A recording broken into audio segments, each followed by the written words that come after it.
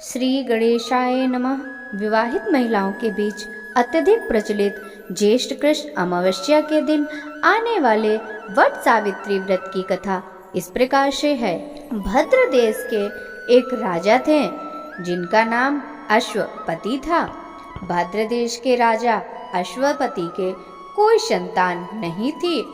उन्होंने संतान की प्राप्ति के लिए मंत्रोच्चारण के साथ प्रतिदिन 1,00,000 आहुतियां दी। 18 वर्षों तक यह क्रम जारी रहा। इसके बाद सावित्री देवी ने प्रकट होकर वर दिया कि राजन, तुझे एक तेजस्वी कन्या पैदा होगी। सावित्री देवी की कृपा से जन्म लेने के कारण से कन्या का नाम सावित्री रखा गया। कन्या बड़ी होकर बेहद रूपवान हुई। योग्य वर न मिलने की वजह से सावित्री के पिता दुखी थे। उन्होंने कन्या को स्वयं वर तलाशने भेजा। सावित्री तपोवन में भटकने लगी। वहां शाल्व देश के राजा धूमत्सेन रहते थे, क्योंकि उनका राज किसी ने छीन लिया था। उनके पुत्र सत्यवान को देखकर सावित्री ने पति के रूप में उनका वरण किया। ऋषिराज नारद को जब यह बात पता चली तो वह राजा अश्वपति के पास पहुँचे और कहा कि हे राजन, यह क्या कर रहे हैं आप? सत्यवान गुणवान है, धर्मात्मा है और बलवान भी है, पर उसकी आयु बहुत छोटी है, वह अल्पायु है। 1 वर्ष के बाद ही उसकी मृत्यु हो जाएगी। ऋषिराज नारद की बात सुनकर राजा अश्वपति घोर चिंता में डूब गए। सावित्री ने उनसे कारण पूछा तो राजा ने कहा, पुत्री, तुमने जिस राजकुमार को अपने वर के रूप में चुना है वह अल्पायु है। तुम्हें किसी और को अपना जीवन साथी बनाना चाहिए।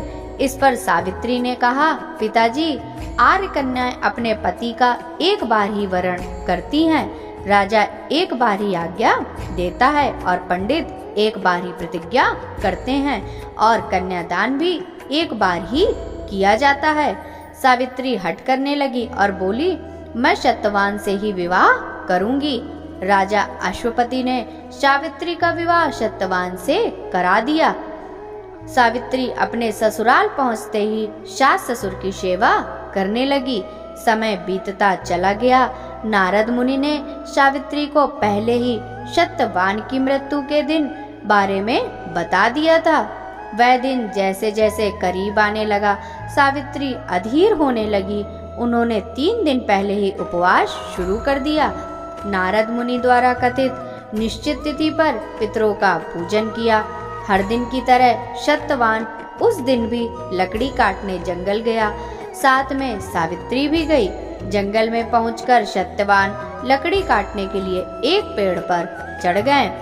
तभी उसके सिर में तेज दर्द होने लगा। दर्द से व्याकुल सत्यवान पेड़ से नीचे उतर गए। सावित्री अपना भविष्य समझ गई। सत्यवान के सिर को गोद में रखकर सावित्री सत्यवान का सिर सहलाने लगी। तभी वहां यमराज आते दिखे। यमराज अपने साथ सत्यवान को ले जाने लगे। सावित्री भी उनके पीछे पीछे चल पड़ी।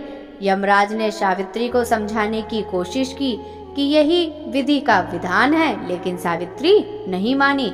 सावित्री की निष्ठा और पति परायणता को देखकर यमराज ने सावित्री से कहा, हे देवी, तुम धन्य हो, तुम मुझसे कोई भी वरदान मांगो। सावित्री ने कहा, मेरे सास ससुर वनवासी और अंधे हैं, आप उन्हें दिव्य ज्योति प्रदान करें। यमराज ने कहा, ऐसा ही होगा, जाओ अब लौट जाओ। लेकिन सावित्री अपने पति सत्यवान के पीछे पीछे चलती रही। यमराज ने कहा, देवी, तुम वापस जाओ। सावित्री ने कहा, भगवान, मुझे अपने पति देव के पीछे पीछे चलने में कोई परेशानी नहीं है। पति के पीछे चलना मेरा कर्तव्य है। यह सुनकर उन्होंने फिर से उसे एक और वर मांगने के लिए कहा। सावित्री बोली, हमारे ससुर का राज्य छिन गया है, उसे पुनः वापस दिला दें। यमराज ने सावित्री को यह वरदान भी दे दिया और कहा, अब तुम लौट जाओ। लेकिन सावित्री पीछे पीछे चलती रही। यमराज ने सावित्री को तीसरा वरदान मांगने को कहा। इस पर सावित्री ने 100 संतानें और सौभाग्य का वरदान मांगा। यमराज ने इसका वरदान भी सावित्री को दे दिया। सावित्री ने यमराज से कहा कि प्रभु मैं एक पतिव्रता पत्नी हूँ और आपने मुझे पुत्रवती होने का आशीर्वाद दिया है। यह सुनकर यमराज को सत्यवान के प्राण छोड़ने पड़े। अमराज यंतर ध्यान हो गए। सावित्री उसी वट वृक्ष के पास आ गई जहाँ उसके पति का मृत शरीर पड़ा था।